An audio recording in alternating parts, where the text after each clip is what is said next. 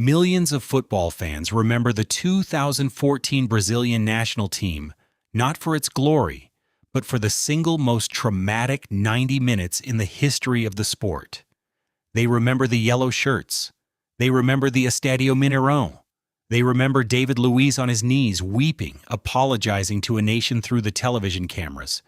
And they remember the scoreboard, a scoreboard so impossible that Brazilians who watched it live still describe the experience as a kind of collective out-of-body event. Germany 7, Brazil 1, on home soil, in a World Cup semifinal.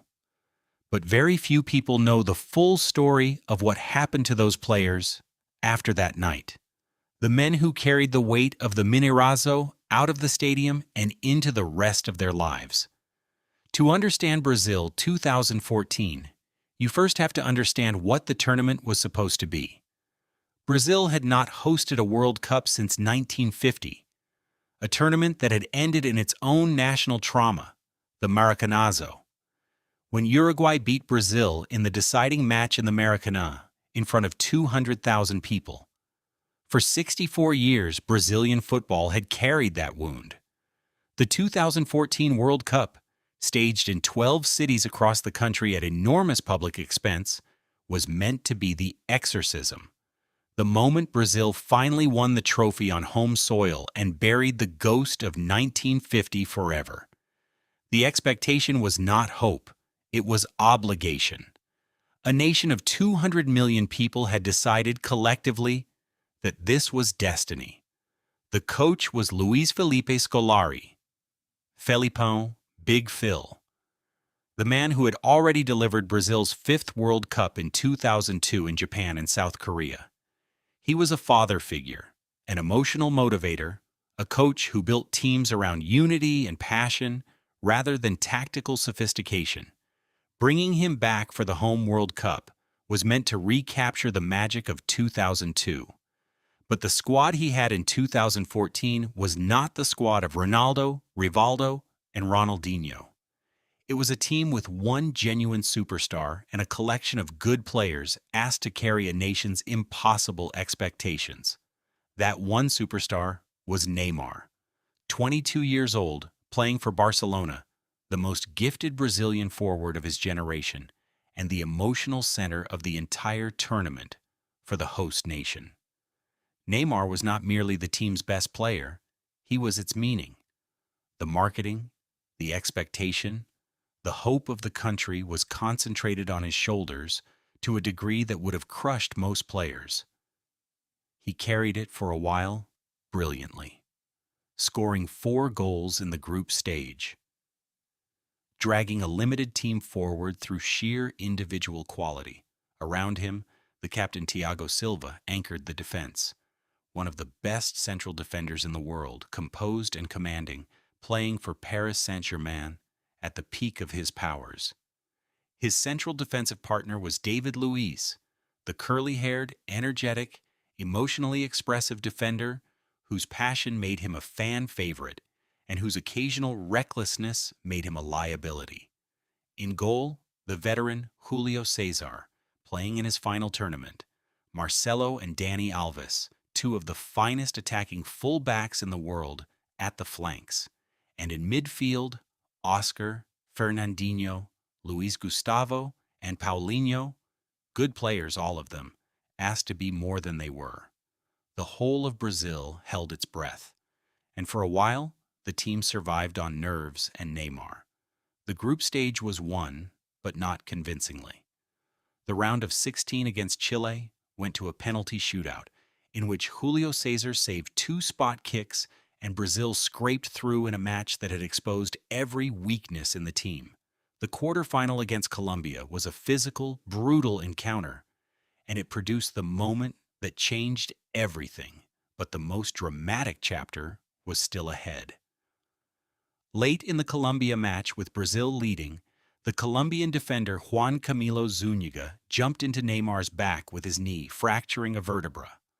Neymar was carried off the pitch in agony, stretchered away in tears, his tournament over. The images of him being taken to hospital, of teammates learning that their talisman, their meaning was gone, sent the entire country into a state of mourning that mixed with dread. Brazil had reached the semifinal, but they had lost Neymar to injury and Thiago Silva, their captain and defensive leader, to suspension for the same match.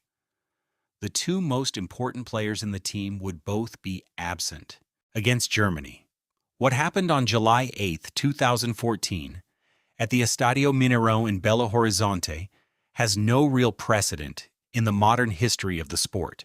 Before kickoff, the Brazilian players held up a Neymar shirt during the anthem, weeping, the emotional weight of the occasion visibly overwhelming them.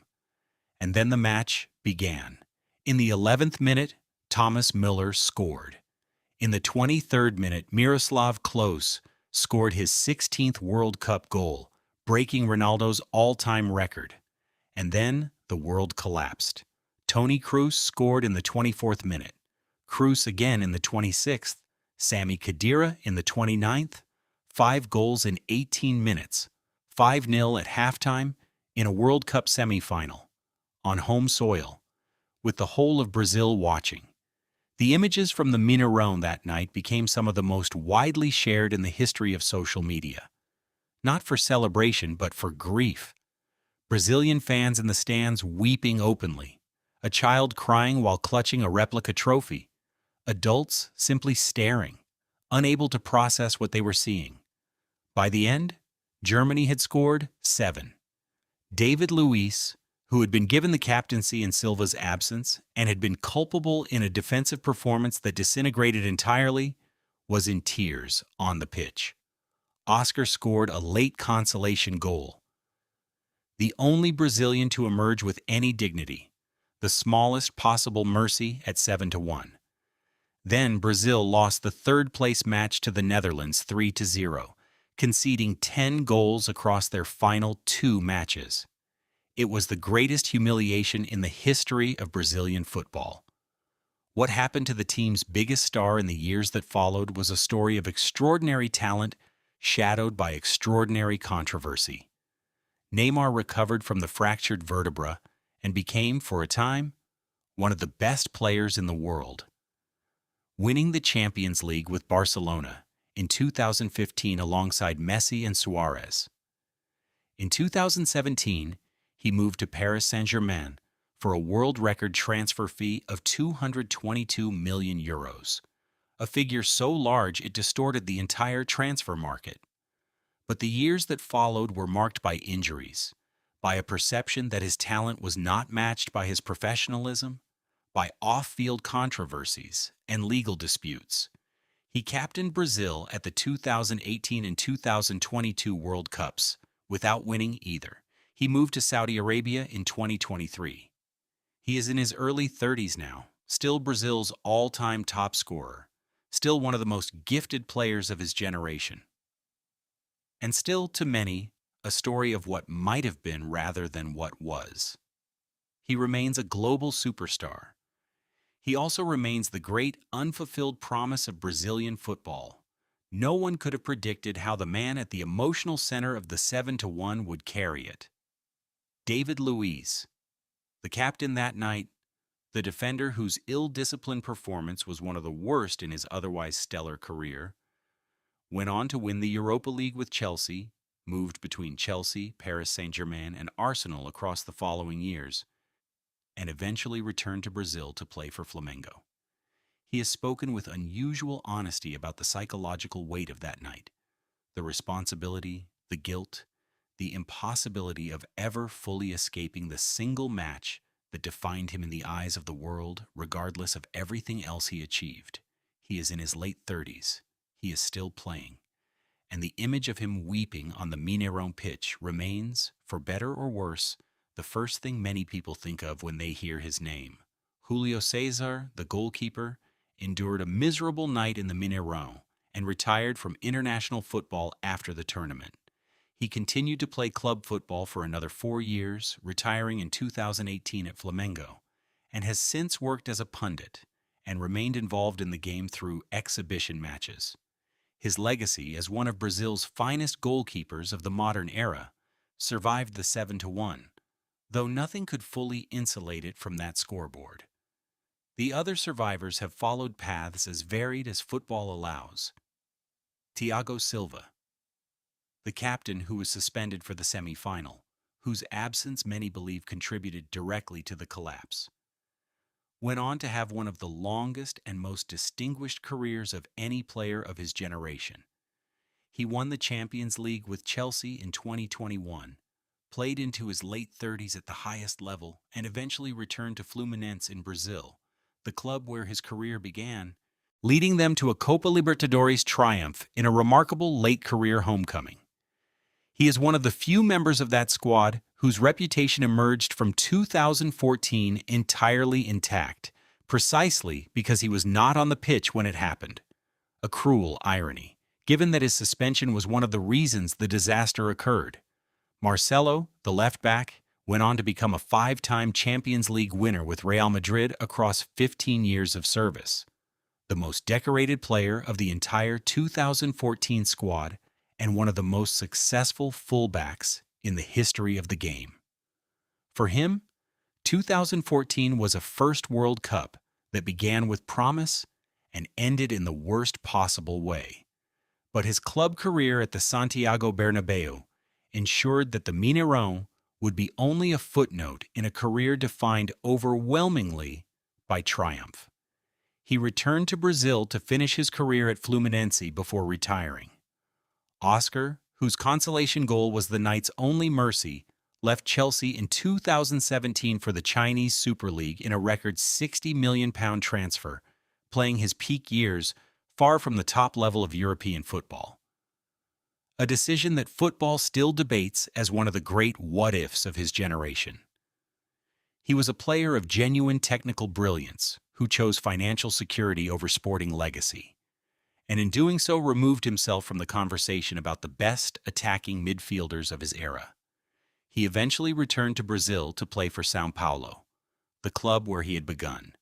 Dani Alves, one of the most decorated players in the history of the sport, a winner of more than 40 major trophies across his career, saw his later life descend into serious legal difficulties that overshadowed everything he had achieved on the pitch.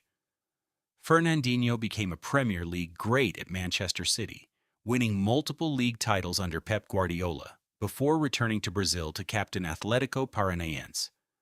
Bernard, whose first start of the tournament was the 7-1 defeat, carried the particular misfortune of having his most prominent moment on the biggest stage be a catastrophe he was powerless to prevent. The 7-1 also ended an era for Luiz Felipe Scolari. The coach who had delivered Brazil's 5th World Cup in 2002 resigned in the aftermath of the tournament, his reputation as a national hero permanently complicated by the defeat that had happened on his watch. He continued coaching around the world, in China, in Brazil, wherever the game took him.